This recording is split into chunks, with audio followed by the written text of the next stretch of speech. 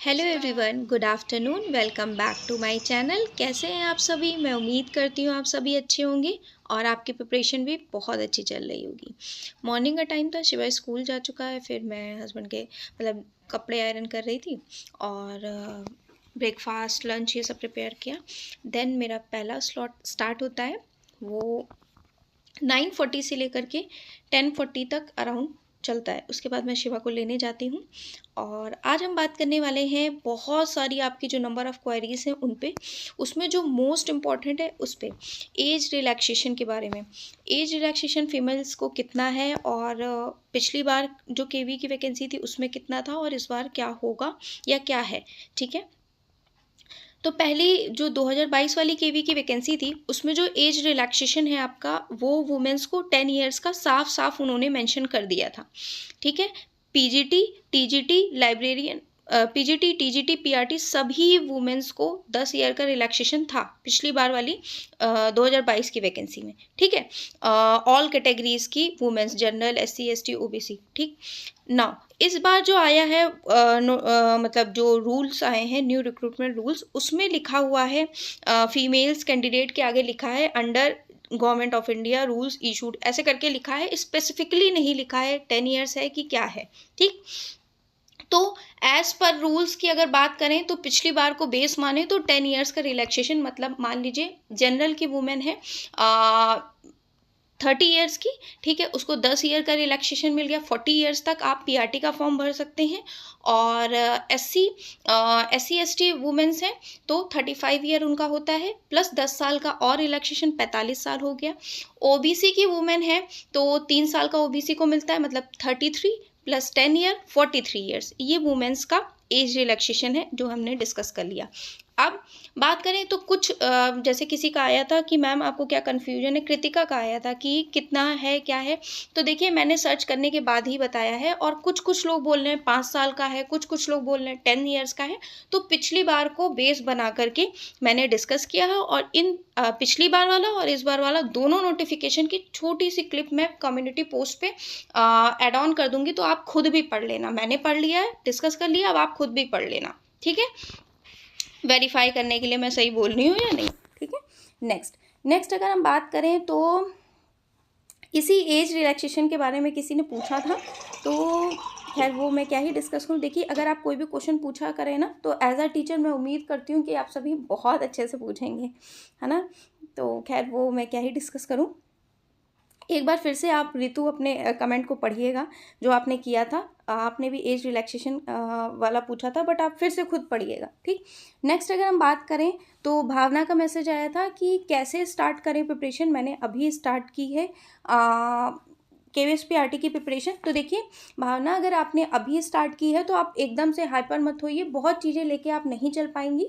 मैं भी 2 ही सब्जेक्ट लेके चल रही हूँ, आप कोशिश करिए पेडागोजी और ईवीएस ये लेके चलिए। 2 सब्जेक्ट पेडागोजी तो मस्ट है। देखिए पेडागोजी मस्ट है, जो पिछली बार के सिलेबस को ही बेस बना के हम चल रहे हैं, तो पेडागोजी मस्ट है। और सब्जेक्ट कंसेंट में क्या क्या आता है, ईवीएस, हिंदी, इंग्लिश, मैथ्स। तो सारे सब्जेक्ट तो लेके नहीं चल सकते हैं। पेडागोजी इंग्लिश ले लीजिए, पेडागोजी ईवीएस ले लीजिए आप, या पेडागोजी मैथ्स ले लीजिए, पेडागोजी इंग्लिश ले लीजिए, पेडागोजी हिंदी लीजिए। Option is your, totally dependent on you कि आप क्या प्रेफरेंस देना चाहते हैं, ठीक है। 2-2 3-3 सब्जेक्ट लेके आप चलेंगे तो आराम से चीज़ें हो पाएंगी, ठीक। नेक्स्ट अगर हम बात करें तो स्वाति का मैसेज आया था कि ऑनलाइन क्लास करने के बाद मतलब खुद से भी 6-7-8 घंटे पढ़ना होगा। नहीं, बिल्कुल नहीं।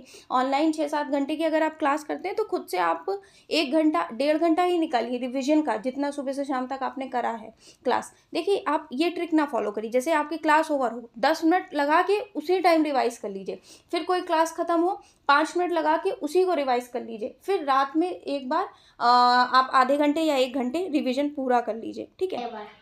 किसी के लिए पॉसिबल नहीं हो पाता है 6-7-8 घंटे से ज़्यादा पढ़ पाना, और मैं अपने केस में अगर बात करूँ तो मैं भी 4 से 5 घंटे ही पढ़ती हूँ, जिसमें कि मैं अभी अपने सब्जेक्ट का पढ़ रही थी, क्योंकि नोटिफिकेशन और एग्ज़ाम का भी पता नहीं। मेरा सब्जेक्ट कॉमर्स है, और केवीएस की अगर बात करूँ तो केवीएस के लिए मैं 2 घंटे 2.5 घंटे ही पढ़ती हूँ। ठीक, नाइट का टाइम हो रहा है, मैं अपना फिर से पढ़ने बैठ गई हूँ। कल जो मैंने क्वेश्चंस पूछे थे उसमें आप लोगों ने बहुत अच्छे अच्छे रिप्लाई किए थे। मैंने नाम तो लिखा नहीं है, बट मैंने पिन कर दिया था। जिसके भी आंसर्स बहुत अच्छे होते हैं मैं पिन कर देती हूँ। मैंने पूछा था डिसलेक्सिया के बारे में, तो पढ़ने लिखने से संबंधित होती है। डिसलेक्सिया जिनको होता है उनको पढ़ने लिखने में प्रॉब्लम होती है, जैसे 100 को वॉस को 100, इस तरीके से वो पढ़ते हैं, उल्टा सीधा पढ़ते हैं, है ना। तो डिसलेक्सिया पूछा था। डिस्प्रेक्सिया पूछा था, तो मोटर स्किल से रिलेटेड आपकी प्रॉब्लम होती है डिस्प्रेक्सिया। हैंड आई कोऑर्डिनेशन बच्चा नहीं बना पाता है, इसलिए होती है। और एक और मैंने पूछा था सफल के बारे में, structured assessment for analysing learning level, इसका फुल फॉर्म होता है। सीबीएसई भी पूछा था competency based evaluation and education, इसका फुल फॉर्म होता है। और 2-3 एस्पिरेंट ने बहुत अच्छे अच्छे रिप्लाई किए, मतलब 3-4 ने, तो इससे पता चलता है कंपटीशन कितना है। मतलब सब अवेयर हैं चीज़ों को और सब पढ़ाई कर रहे हैं अच्छे से, ठीक है। और यकीन मानिए आपने डिटेल में लिखा है ना, तो आप भूलेंगे नहीं। ऐसे वीडियो देख के आप कितने सारे क्वेश्चंस तैयार कर लेंगे, ठीक है। और आज के क्वेश्चन है